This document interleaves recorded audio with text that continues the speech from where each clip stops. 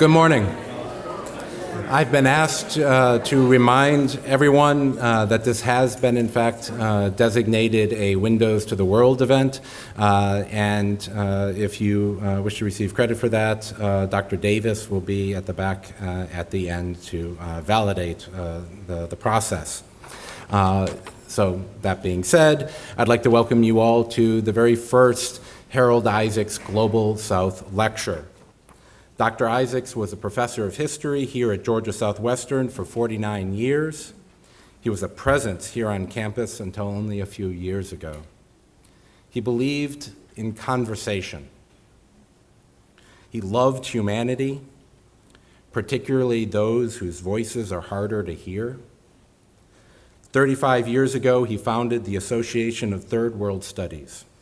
For decades, the association and its journal have been the foundation for a global conversation among scholars that still continues today. In 2016, the association changed its name to the Association of Global South Studies and is continuing Harry's vision of working for a better world. His bequest to the university continues what started as a small seminar here at Georgia Southwestern so many years ago by bringing outstanding scholars to present their research to our community. The first Harold Isaacs lecture will be presented by Dr. Sunita Manian. Dr. Manian is the current president of the Association of Global South Studies. She holds a PhD in economics from Tulane University.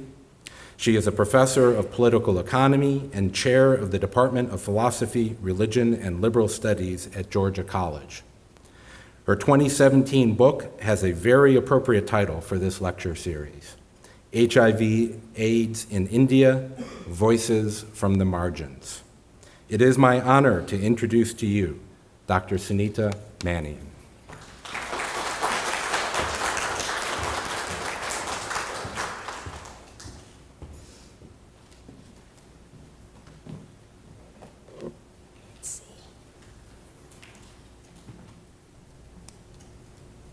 I think you can hear me, right? Okay.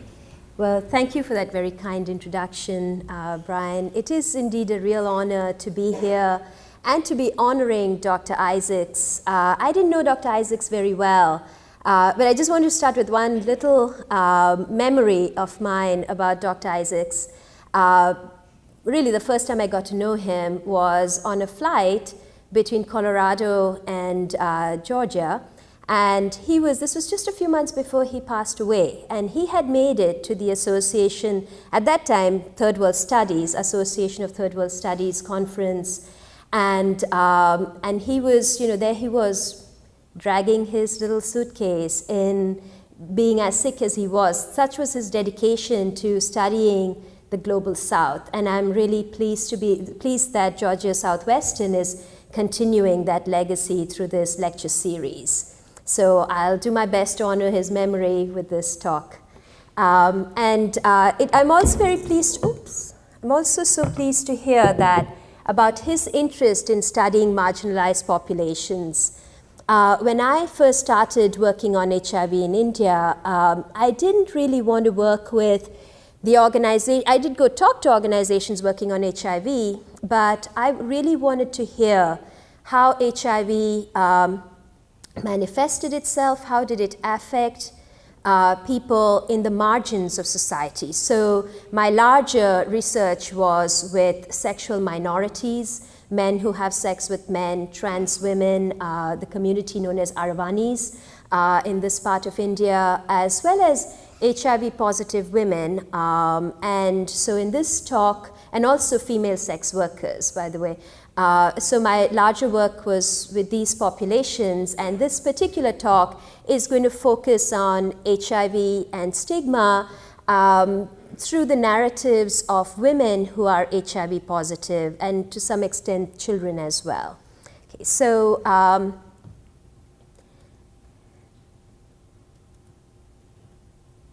So this was a comment from when I started interviewing this young woman named Padma. This is what she told me as soon as she met me. She said, "There was no wrongdoing on my part, sister."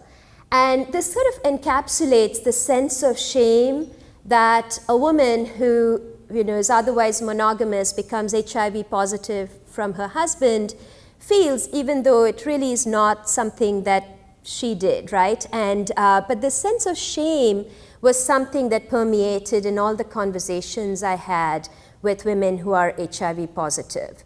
And to just give a little background of where I did my research, it's in southern India, this one state called Tamil Nadu, which is the size of Belgium, so it's a pretty large geographical mass. And this is the government hospital. Oh, this doesn't show completely. So it's the government hospital for thoracic medicine in the suburb of Chennai, the state capital. And it's also known as Tambaram Sanatorium. So as you see other slides, you'll hear me refer to Tambaram Sanatorium. And this kind of gives you a sense of the space, right? This is not the pediatric ward, but a lot of my work was in the pediatric ward, and that's because that was a place I could interview the mothers of HIV positive children. Right, so I was told by this organization through whom I did this that trying to get the actual permission from the Tambaram Sanatorium would take me about 10 years. So they said this was a Christian community organization that had a little room at the back of this. So what you see here is this long corridor with windows on both sides. At the end of it was a tiny little room the size of a closet. And I'd be sitting there with, fruit and so on to give to people that I interviewed, because these are, of course, women who are HIV positive. It was, giving them fruit was a way to sort of give them something nutritious. And that's where I would interview the women. And just to also give you a sense, this is a government hospital, right? And to give you a sense of how different it would be, I just put in a slide of what would be a private hospital in India. I'm not suggesting that the government hospital is inferior to the private. In some ways, actually, I think the care at the government hospital is better, but it's very basic, okay? And the other place where I interviewed HIV positive women was at an orphanage. I did not interview the young children because I didn't want to, do anything that might harm them psychologically and so on. But the women working at the orphanage were women who are also HIV positive. So I interviewed them as well. Most of the women that I talked to were married to men who are considered the bridge population, and I'll tell you what that is in just a minute. So there were 12 women in all. 9 out of the 12 women had an arranged marriage. And 8 of the 12 were married to men considered the bridge population. So a bridge population is the population that engages in sex with the high-risk population, such as female sex workers, male sex workers, trans women who are sex workers as well, and with the low-risk population, which is their wives, right? So they are known as the bridge population. And so these would be truck drivers. Often in the quotes, I would use the word lorry driver, because lorry is the term used for trucks in India, in the sort of British system.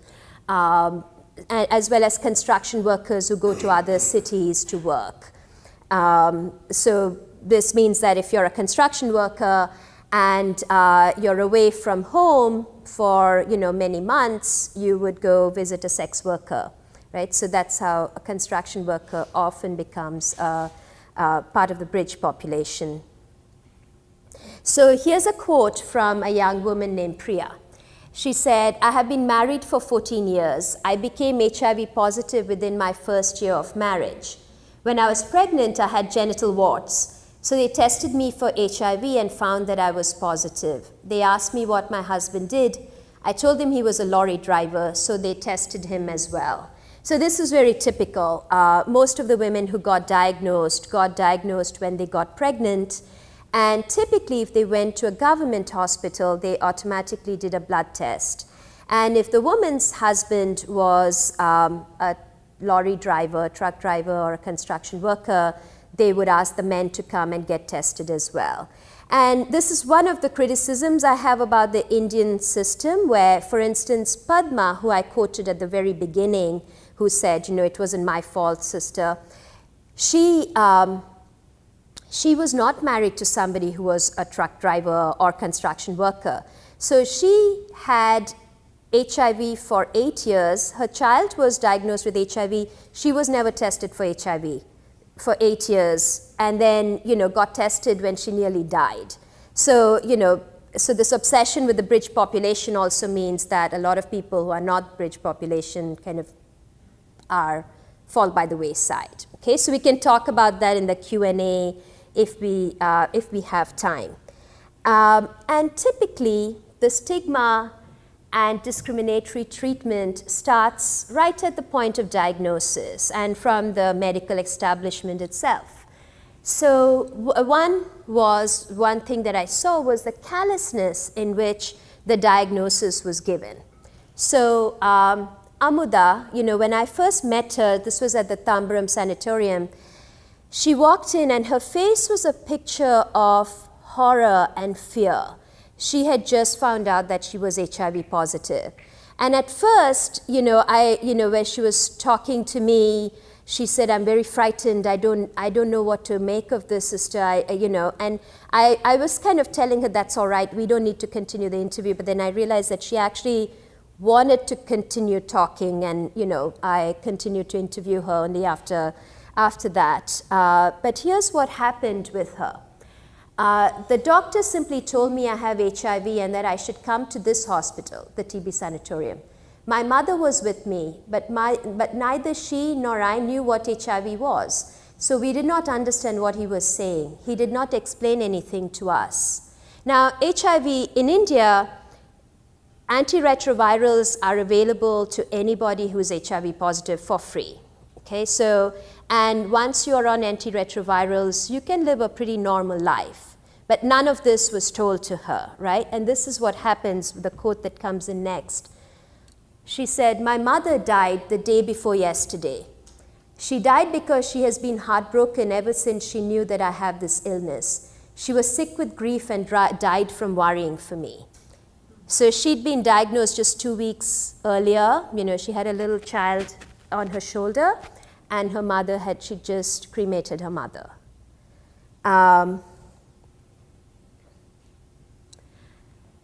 So another woman that I interviewed, Radha, she said, "When my husband got a cyst, they did lots of tests and it all came out negative. Then the doctor said there remains only one test, and for that you have to go to Chennai, which is the state capital and where the Tambaram Sanatorium is.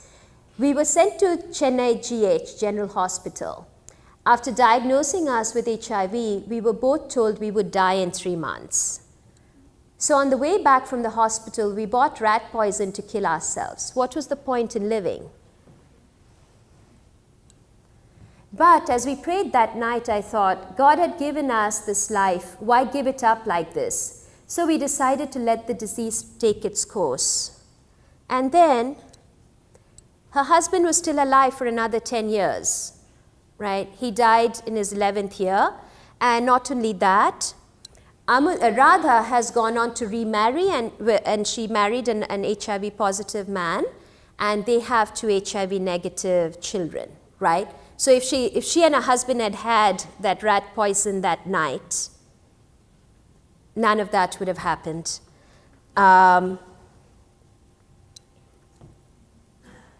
And often, doctors' behavior was shaped not by their medical responsibility, but by their personal sense of morals, right? So Bhagirathi was this, Priya and Bhagirathi were 2 really vivacious, wonderful women. I'll talk about them at the end if we have time.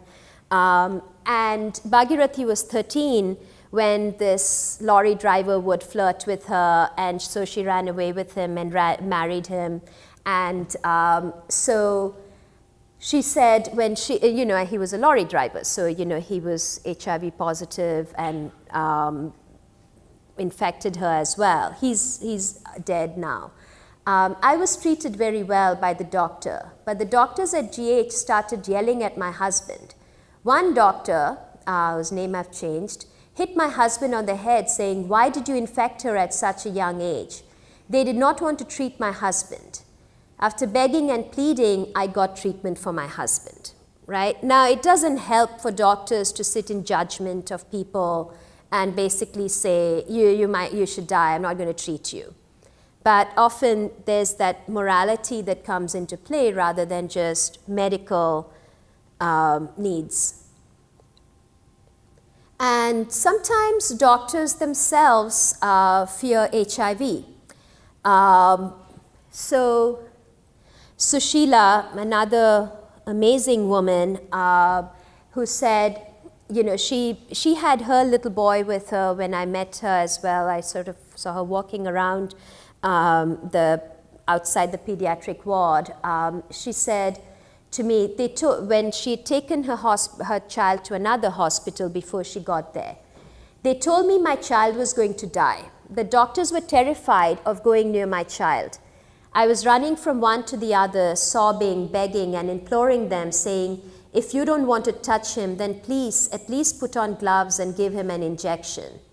Even though they were speaking in English to each other, I could understand a little of what they were saying. They were all afraid. Nobody would even touch him.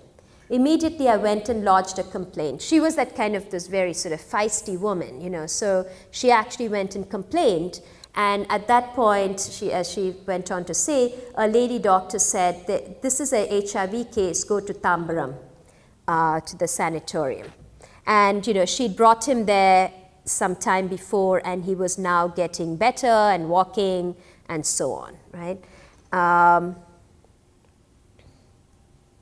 And Neelima was another woman. We'll talk more about her later.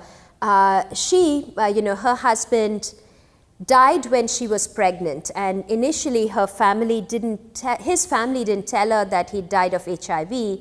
They just told her he died of TB. But after he died, her sister, who was a nurse, found out it was from HIV, and so she told her to get tested.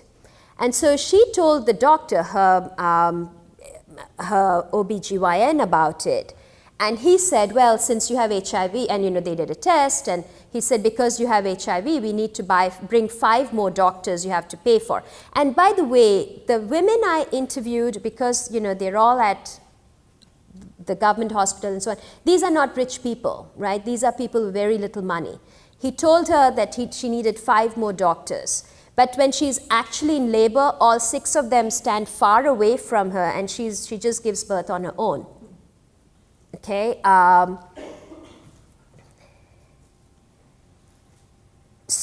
then you often have rejection by family members. So this is the doctors, right? And so here we talk about Neelima a little bit more. My husband was already dead when I gave birth to my daughter. I came home after 10 days in the hospital. My mother-in-law would not even give water or milk for my child, and locked the kitchen door so I could not enter. I had to beg for water and milk from the neighbors to give to my child. So with the help of a church, I left Sholapur, which is 1,000 kilometers from where I was interviewing her. That's about 660, over 600 miles. Is that right? Math? Okay, thank you. And so I eventually came to the orphanage with my youngest child. My other children are in a boarding school in Pune. My mother-in-law was worried that the healthy children will get sick from her, and she kind of indicated her daughter. She sometimes brings my son to see me, but not my 2 older daughters. When towards the end of our conversation, I was interviewing her, and then afterwards I was just chatting with her, and kind of interviewing, but also chatting. And she said, she was saying something about, how she's going to die. And I said, My father has diabetes. He just, takes his medication. He lived for a long time, just as you are going to be on antiretrovirals and you'll live for a long time. And she said, what's the point in my living? My 4 children are in 4 directions. She had not seen her 2 other HIV negative daughters in over 10 years. Right? And she said, what's the point in living? And she started weeping so much that I sort of ended our conversation, the interview part at that time. Okay, so, and what happens with the rejection by family is things like this, right? So Neelima, like I said, she'd left the state in central India and had moved to the state in southeastern India where I was interviewing her, right? While India has widow pension schemes, state governments currently run them. Therefore, despite the fact that Neelima's home state of Maharashtra has a widow pension scheme, since her current address is in Tamil Nadu, she doesn't have access to that. And Tangam is another woman who said, I'm supposed to get a government pension that's available for widows, but that only happens when you have a home. And if you are kicked out of your home, you don't have an address, right? Now the UN has a series of protocols for seeing where there's discrimination. And India is a signatory to this protocol, but there are ways in which it doesn't follow through. So the protocol identifies 10 broad areas such as employment, healthcare, education, and so on. And within that, they have 37 categories in which discrimination can take place. And, so we've already talked in many places already about HIV and the refusal to treat on grounds of HIV status. But there are others. Education, denial of access on the basis of HIV status. So remember Radha, this is the woman who had bought rat poison and now was remarried and has 2 HIV negative children. She said, what is happening is that if parents are positive, it's very hard for children in school. Whatever bad the parents have done or not done, what fault is it of the child? But because of this, the children have a lot of issues. Issues in school, issues in society, issues in public. If you have high hopes of educating your children, they're all dashed. And, she was also very emotional as she was telling me. She said, my husband and I might die, and my children may not have got an education because they were having such a hard time keeping them in school. She said, when they've grown up, they look back and say, what kind of parents were they that they didn't educate us? Not realizing that it's all the discrimination that has kept them from getting an education, right? So that sort of what she was leaving the children was something that really preyed on her, the legacy she was leading. And another man that I met at an event called Art of Loving, ART, ART, antiretroviral, but Art of Loving, it was something for Valentine's Day that an organization had done, and I met this guy, Gopalan. By the way, all the names are changed. These are not the names of the people. Everyone avoids HIV-positive children. You can only admit them to school by hiding their status. Infected and affected children are excluded and or isolated. They're sent home from school for spurious reasons. They don't openly say they're sending the kids home because of HIV. They say the child has a congested nose, will infect other kids. They even tell HIV-positive kids to sit alone, eat alone, and play alone. And here's what the Human Rights Watch says. So, people who can admit their kids can only do that by lying. But here's what happens. Hiding HIV status keeps children from receiving special measures. So many of them drop out. Many of them are sick frequently, but the kids are afraid to tell so they say teachers would scold them or threaten to beat them for being absent, but they could not ask to be excused from school for fear of being stigmatized. And I met this beautiful little child called Ankita at the orphanage. I didn't interview the kids, but she just came up to me. She was a little bit older.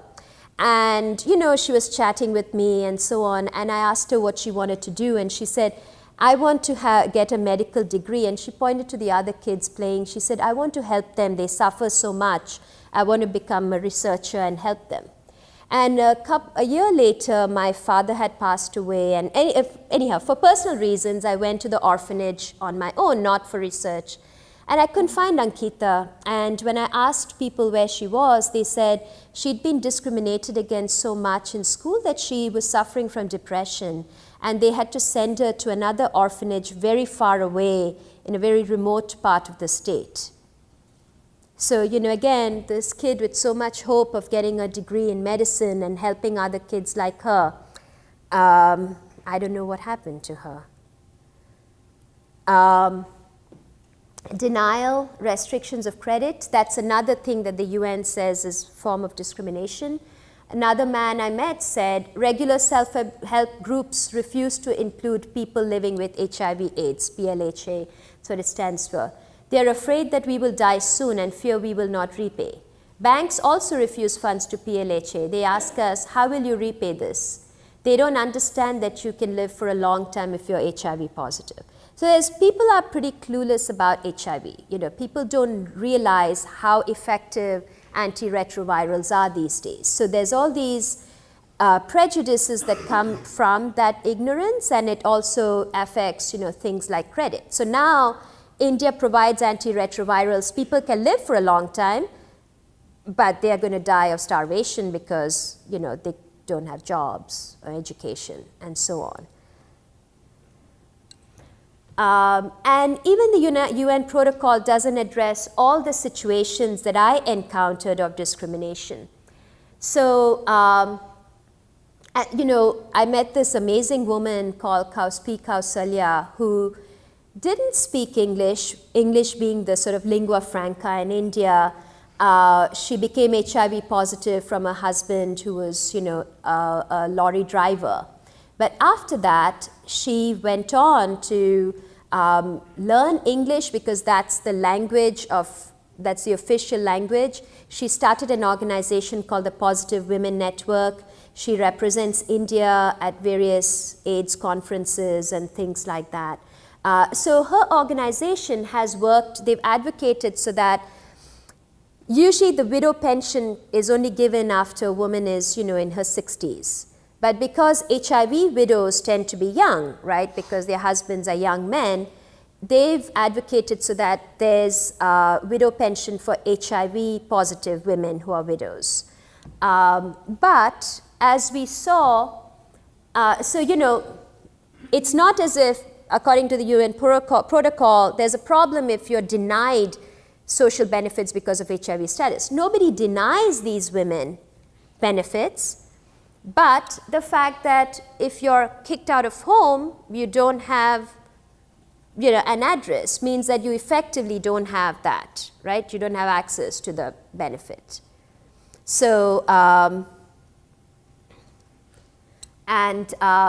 so for instance, the UN had come up with this thing called the 3-1s principle. That is, every country should have one HIV policy, one central organization that receives and gives funds for HIV, and third, one single evaluation method for HIV. So it's not different by state, right? There's one for each country. But there is no such 3-1s principle or something like it when it comes to these other things. Now that HIV is something, we can't prevent it, but we can manage it, we as a global community need to come up with ways in which we can prevent discrimination.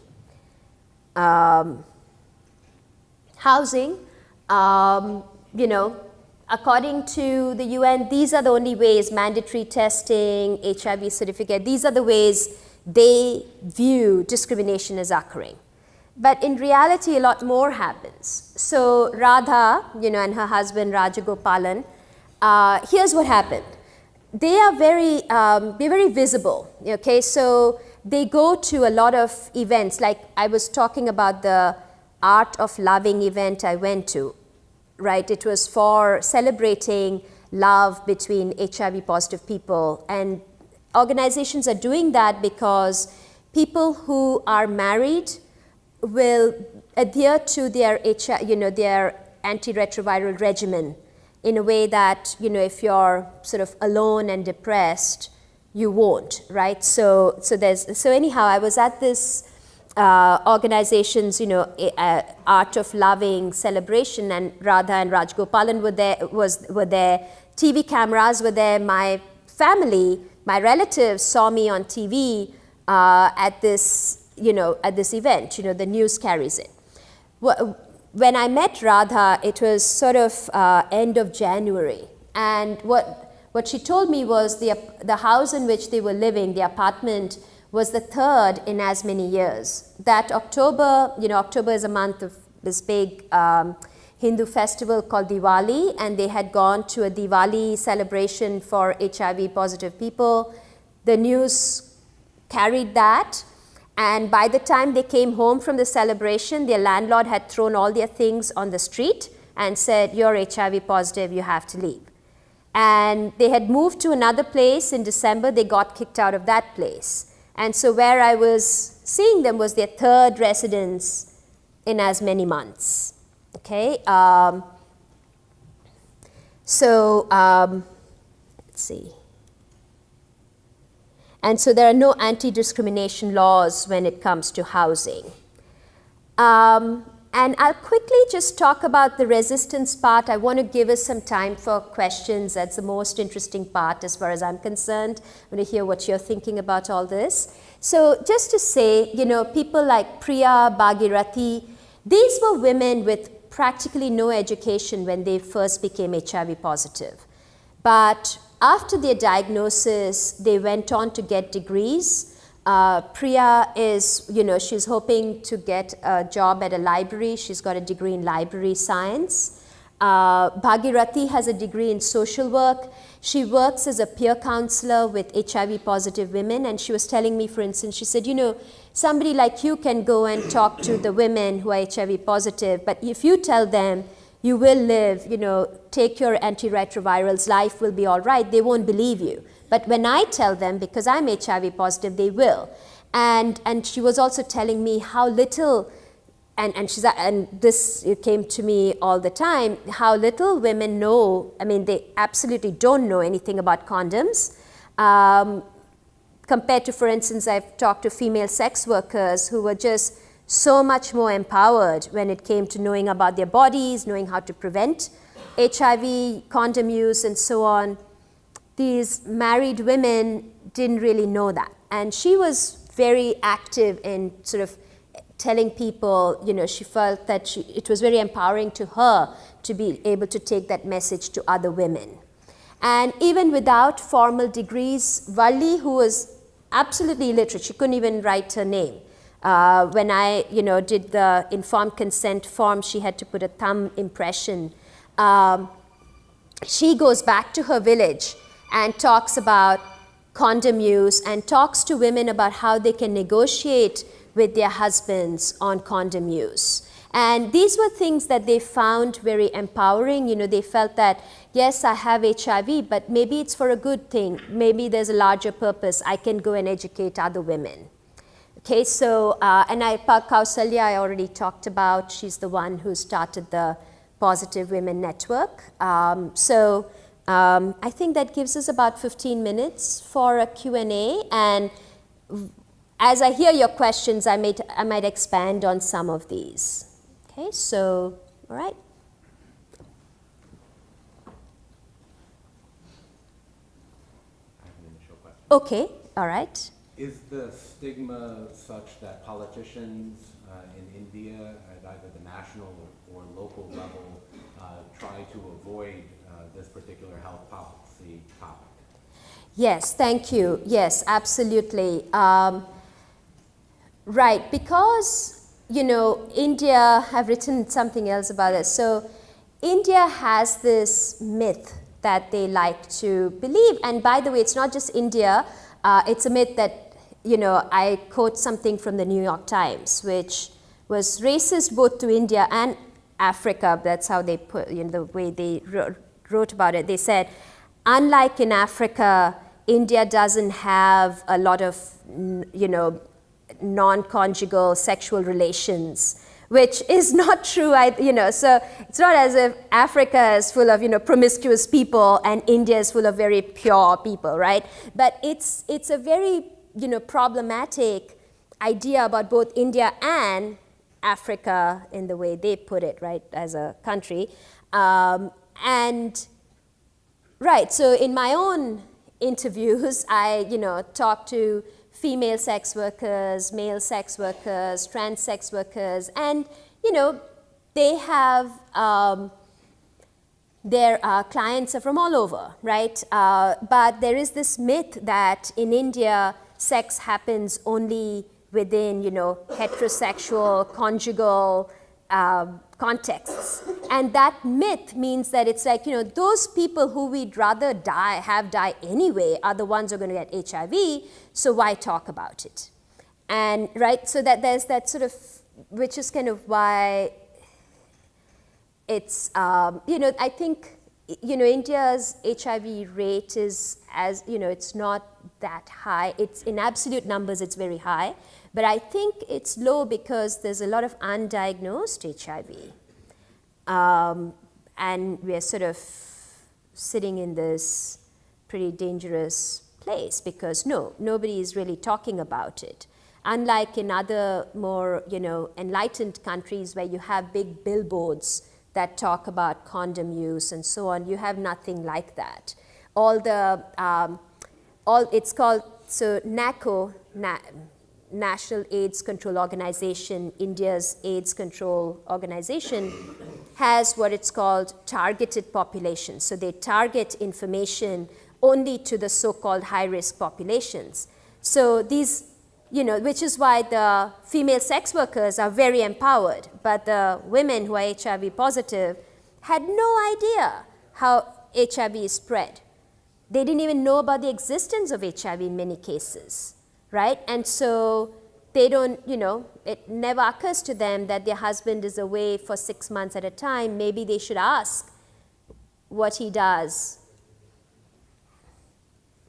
And also, they're not empowered enough to know how to negotiate that. So I hope that answers your question. So, yes. Dr. Manian, once an individual is diagnosed with HIV or AIDS, is there any kind of social support network that the government provides, counselors, anything like that, comparable to what is in the Western world? Thank you, that's a good question. So it depends on where they go, right? So as we saw in many cases, the doctors are not really trained to really talk to their, the patient about what HIV means. So given the callousness of it, you've got HIV, go to GH. Instead of you've got HIV, chances of your survival are very high, and here are, counselors you can go to, right? So non-governmental organizations, they're not fantastic. I have problems with many of them. However, many NGOs have counselors who are working with sexual minorities, female sex workers, and so gender minorities, right? So that's a group that has much more access to counseling. But if you didn't fall into those categories, there isn't really anybody working with, you can't set up an you're not going to get funds for an NGO for monogamous women because it's like, oh, those women are so, Indian women are so pure, they're not going to have sex outside of marriage. And so there isn't quite that system for somebody, so sex workers, I know, go for counseling. They go to these NGOs to get condoms, but at that time there are counselors they can talk to. But if you're the quote-unquote general population, low-risk population, there's no real means to do that. Is there any data on how long people live once they become diagnosed? Yeah, I think recently there's been, this is global data, And I think, what they find is that HIV positive people are living to up to the 70s and so on. And in India, I don't really know there's not that kind of data anyone's collecting, the large scale, data in India. I don't know. But, I think the global data gives us a sense because, like I said, India does provide antiretrovirals for free. And so the Tambaram Sanatorium, for instance, is the only place where you can get the second line drugs for free. You can't get it anywhere else. In fact, even in other parts of India, it's very rare. So I met people who are coming from northern India there. But you have access to the medication, and so there's nothing to say that somehow India would be less than the global data on that. So yeah, but I don't know anything specific for India. Yes? You made mention that there's a lot of stigmatization in schools for HIV positive children. Is there any similar things to that within employment for HIV positive workers? Yes, absolutely.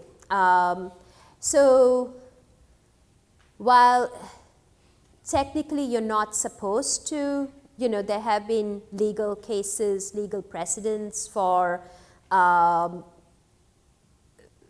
anti-discrimination cases, that where the Supreme Court has upheld right to privacy and things like that. Again, what I do here is a sort of an intersectional analysis, right? So what happens is, if you are an educated person, here's what would happen. Even if you are HIV positive and your company knows that, there is a system in place that if they were to fire you for your HIV status, you can take them to court. And the legal precedence is that you would probably win that case. But the people I'm talking to are mostly in the informal sector, right? And so there isn't quite the same formal process. You're making a very small wage, right? And it's not, and the person who's paying you, if you're an apprentice to a tailor, they're not an established, they're also in the informal sector, so who are you going to sue? So in reality, you have discrimination, right? So, yeah, but yes, absolutely. It happens even though it shouldn't.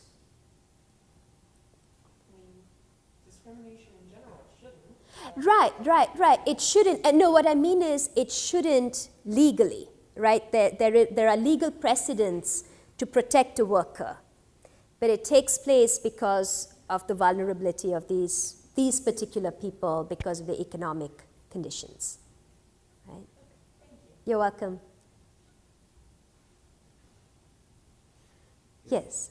Is there There's, sorry, I did see a hand there. Yeah, sorry. Are there any laws protecting women if their husband or anyone doesn't disclose their HIV status? I know we had that in a couple of Yes. This is, I'm looking at my watch because I can, I could give a long answer of somebody I know versus the short answer. So there was a landmark decision. It's interesting because there isn't such a law. When they tried to bring in a law like that, it was one of those that went too far. So what happened is there was a person who, it turns out I had met him. I didn't know this was the person. It was a landmark decision of Mr. X versus Hospital Y. And it was only later when I read about the case and I put two and two together, I realized that the person I met was Mr. X. So he had gone with a relative to give blood for this relative's surgery. What the hospital does is they find out he's HIV positive and doesn't tell him, but tells his relative.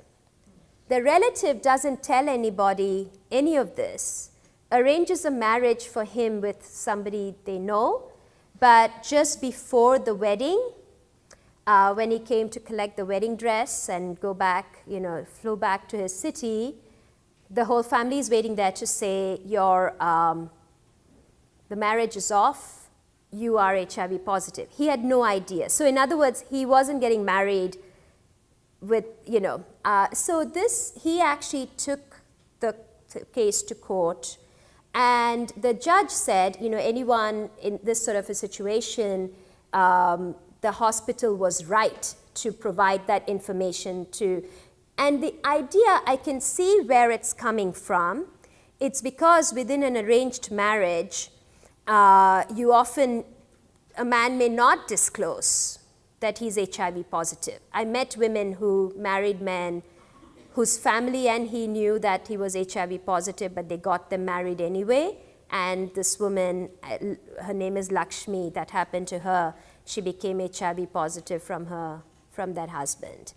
So because of that, the judge ruled that a hospital should reveal the status to anybody, and you have no right to privacy when it comes to HIV.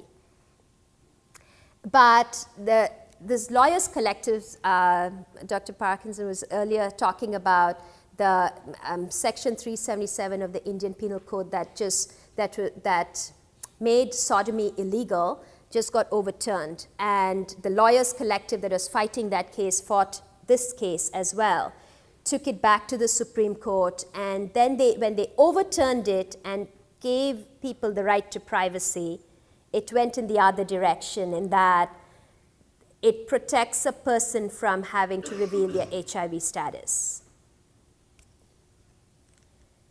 So yes, there isn't a law in place that would say that if you knowingly infected somebody, that you could, be punished for that.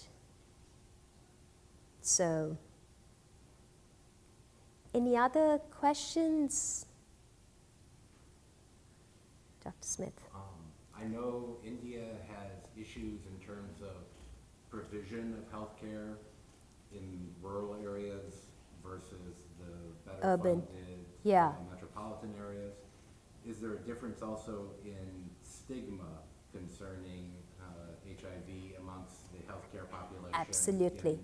Absolutely. Valli, who I quoted, Valli right there, she said, I have a quote in my book chapter on that, where she said, at least it's a little better in the cities. In the villages, it is truly frightening. And there was this other woman, Tangam, what happened is she didn't know what HIV was. And so when her husband got sick and, they tested him, and then they tested her, and so her husband was diagnosed, and she was diagnosed, and the kids were diagnosed. And so she didn't know what HIV was, so she came back and told the whole village. She said, they say we have something called HIV. I don't know what it is. And she said we were immediately cast out. She said everybody else knew. So, yeah.